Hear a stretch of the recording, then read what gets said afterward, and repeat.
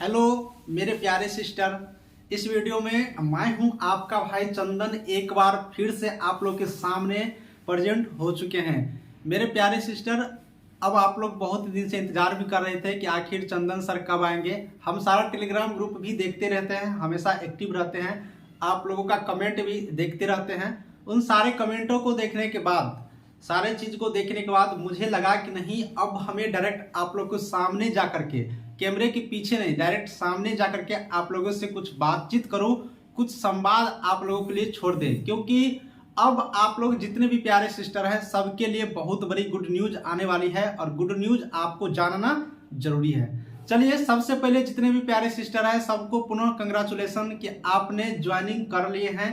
8853 के पोस्टिंग भी हो चुका आप लोगों के ब्लॉक में, उप स्वास्थ्य केंद्र पर जहां जहां पोस्टिंग दिए जाने हैं बिहार स्वास्थ्य विभाग के द्वारा, वहां पर आप लोगों को यहाँ पर पोस्टिंग भी हो चुका। बहुत कंग्रेचुलेसन, घर में सारे लोग खुश होंगे, आप लोग भी खुश होंगे। थोड़ा सा दुख की बात होगा इसलिए कि जिन कैंडिडेटों का नहीं हुआ उनको थोड़ा सा दुख हुआ होगा, मैं समझ सकता हूँ कि उन लोगों को नहीं हुआ। खैर बात, भगवान सबकी किस्मत तेज करते हैं। हो सकता है कि जिन कैंडिडेटों को इस 8853 में नहीं हुआ, हो सकता है उन सारे कैंडिडेटों को बीटीएससी एएनएम 10,709 में हो जाए। कोई नहीं जानता ये बात अभी कि किसका होगा या नहीं होगा, ठीक है ना। इसलिए जिन सिस्टर को नहीं हुआ है उन सारे सिस्टर को परेशान होने की थोड़ा सा भी जरूरत नहीं है। अगर आपने एएनएम की पढ़ाई किए हैं और बिहार में हो तो आपको नौकरी ये चंदन भाई आपको दिलवा के छोड़ेंगे। इतनी सारी वैकेंसी आ रही है ना, एकदम दिल खुश हो जाएगा। बस थोड़ा सा वक्त लगेगा, अगर आपने एक स्टेप छोड़ दिया तो दूसरा स्टेप पाने के लिए थोड़ा सा वक्त लगेगा, लेकिन बिल्कुल रूप से अगर आपकी एज बच रही है तो आपकी नौकरी होंगे, इतना आप लोग समझ जाइए। बिहार स्वास्थ्य विभाग में बहुत सारी वैकेंसी आ रही है। चलिए दोस्तों, सबसे पहले अब एक बात और बात कर लेते हैं कि दुख एक और इस बात के होंगे कि सारे कैंडिडेट तो ज्वाइनिंग लगभग यहाँ पर 8,000 कुछ जो कैंडिडेट यहाँ पर ज्वाइनिंग किए हैं, 300 की कुछ था, 500, तो उन सारे कैंडिडेटों को सैलरी ही बहुत कम है यार। 11,500 रुपया में सैलरी में बिहार में, वो भी अलग अलग जिलों में नौकरी करना एक लड़की के लिए, अब सरकार ही ये बता सकता है कि किस तरह से वो लोग अपना जीवन यापन करेंगे। क्योंकि नौकरी करने का मतलब एक ये भी मकसद होता है कि कम से कम अपना पेट भरे, अपने बाल बच्चे का पेट भरे, अपना परिवार चले, बाकी कुछ हो या नहीं हो कोई इफेक्ट नहीं पड़ता है। कम से कम एक जो परिवार होता है वो चल सके। अब 11,500 में किस तरह से परिवार चलेंगे और ये कैलकुलेशन कैसे होगा, खास करके अगर आप नौकरी कर रहे हैं तो ये तो मुझे नहीं मालूम, अब ये सरकार ही बताएंगे। खैर बात, आप लोगों को परेशान नहीं होना है। सैलरी की जहां तक बात है, सैलरी आप लोगों के बढ़ेंगे, ये निश्चित बात है।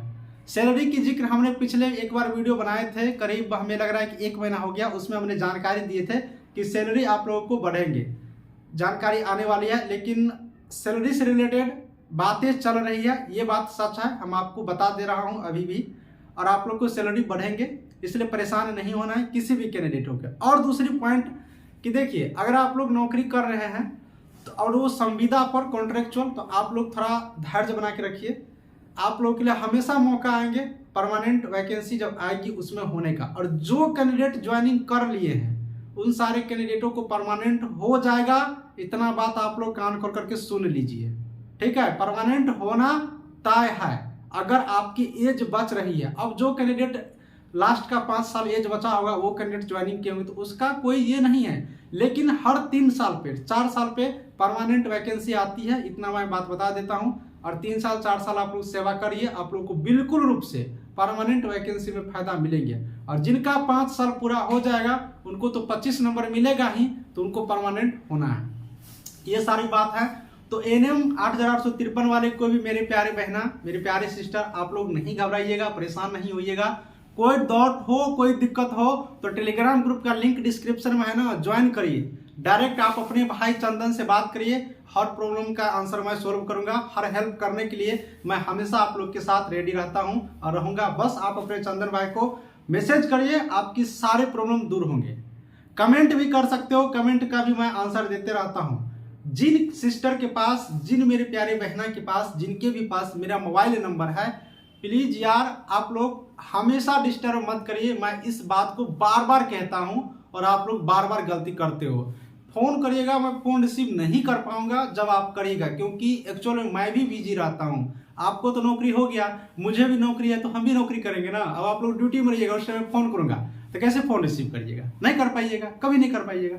सेम है, मेरे पास भी जॉब है, मैं भी नौकरी करता हूँ, मेरे पास भी टाइम की कमी होते हैं। उस टाइम आप फोन करके पूछते हैं सर क्या करेंगे, सर ये करें, तो यार उस टाइम मैं कैसे जवाब दे पाऊंगा? इम्पॉसिबल। ये चीज हो गया।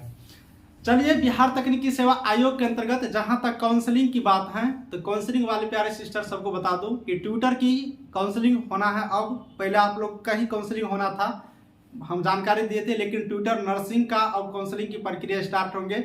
इसीलिए अब आप लोगों की काउंसलिंग की जो प्रक्रिया है वो थोड़ा विलंब होगा, इसलिए कोई परेशान नहीं होंगे। ठीक है, अब नर्सिंग ट्विटर वाले की इस मंथ के अंत तक में या जनवरी में पक्का हो जाएगा काउंसलिंग।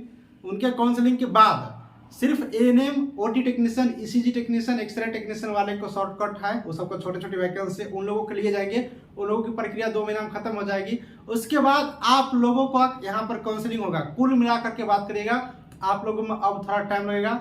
हम पहले से फरवरी बताते आ रहे थे, फरवरी के बाद भी लग सकता है, ये कन्फर्म मैं नहीं कर रहा हूँ, लेकिन फरवरी के मार्च के बाद ही होगा। अब ये आप लोग थोड़ा धैर्य के साथ रहिए, ये नहीं कि तुरंत हो जाएगा। ठीक है ना, कोई परेशान मत होइएगा इस चीज को लेकर के।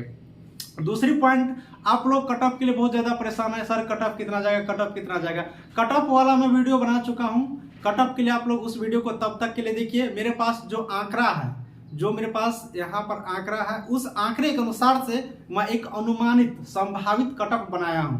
ये नहीं कि मैं जो कट ऑफ बना दिया हूं वही कट ऑफ आएंगे, ये निश्चित नहीं है। एक जो मेरे पास 12-13,000 14,000 यहाँ कैंडिडेटों का मार्क्स आया था, तो उसके एनालिसिस पर हमने बनाए हैं। जो कैंडिडेट मार्क अभी भी आपने नहीं कमेंट की हो, कमेंट कर दीजिए और आंकड़ा बढ़ेगा। जैसे कि 12-13,000 कैंडिडेटों का मार्क्स मेरे पास आए, कम से कम 20,000 25,000 हो जाएगा। ऐसा तो नहीं है कि 10,000 ही स्टूडेंट फॉर्म अप्लाई किए, लगभग 1 लाख के आसपास फॉर्म अप्लाई हुआ है। तो आप लोग अपना डिटेल्स दे सकते हो, मार्क बता सकते हो, कैटेगरी, इतना सारे कैंडिडेट हो और वीडियो देख पा रहे हो, तो उसके एनालिसिस पर हम आपको बताएंगे। 50,000 कैंडिडेट का मार्क्स अगर आ गया, 30,000 का भी मार्क्स आ गया, तो एकदम कंफर्म कट ऑफ बन जाएगा। इतना बात समझ लीजिए। हम एक एक पॉइंट कॉपी पर लिख के रखे हैं, आपको हम बता देंगे बाद में, कभी वो कॉपी दिखा देंगे कि कैंडिडेट को कितना मार्क है, हम आपको दिखा देंगे। अभी मैं नहीं दिखा सकता हूँ क्योंकि सबका उसमें कॉन्फिडेंशियल होता है, मैं पब्लिक में भी रिलीज नहीं कर सकता हूँ। बस मार्क दिखा दूंगा कि 80% वाले इतना कैंडिडेट, 90% वाले इतना कैंडिडेट, 85% वाले इतना कैंडिडेट, वो हम दिखा देंगे।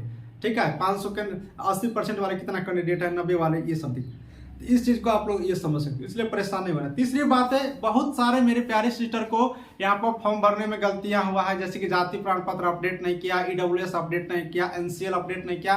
तो जो भी गलतियां हुआ हो, किसी को टेंशन नहीं लेना है, किसी भी प्रकार की परेशानी नहीं होना है। बस आप लोग को 2-3 चीज सही होना चाहिए। सबसे पहले एएनएम की जो मार्क है, वो मार्क डिटेल्स आप सही भरे होंगे। 10th क्लास के मार्क डिटेल्स आप सही भरे होंगे। आप अपने जाति प्रमाण पत्र अगर सही से अपलोड किए हो तो आपको जाति का छूट मिलेगा। जैसे क्रीम लेयर जिसको करना था, जिसको जाति प्रमाण पत्र करना था, तो जाति का छूट मिलेगा। अगर आप जाति प्रमाण पत्र सही से अपलोड नहीं किए हो, गलती फलती कर दी हो, तो आपको रिजेक्ट नहीं होगा, फॉर्म को आपको जनरल कैटेगरी में डाल दिया जाएगा, इसलिए रिजेक्ट नहीं होगा। आपको इसके लिए बिल्कुल रूप से परेशान नहीं होना है। ये चीज भी आपने समझ किया। अब उसका डॉक्यूमेंट वाला वीडियो मैंने बना चुका हूँ, कौन कौन से डॉक्यूमेंट काउंसलिंग में लगेगा। उसके अलावा दोस्तों, डॉक्यूमेंट से रिलेटेड अगर बात करोगे तो मैं एक और वीडियो बना दूंगा, आप लोग कमेंट करिएगा तो एक फ्रेश वीडियो बना दूंगा। तो इस चीज का हो गया। तो ये सारी बातें हैं, तो आपने ये भी क्लियर हो गया। तो मेरे प्यारे सिस्टर, आपको लगभग जानकारी कंप्लीट हुआ। इसके अलावा भी कोई डाउट हो तो पूछिएगा। मैं बस आपको ये बताने के लिए आया हूँ कि अब आप लोग अच्छी तरीके से नौकरी करिए। ये वैकेंसी कंप्लीट करवा के रहूंगा, वर्क हो रहा है बिल्कुल रूप से, कोई कान में तेल लेके सोए हुए नहीं है डिपार्टमेंट में।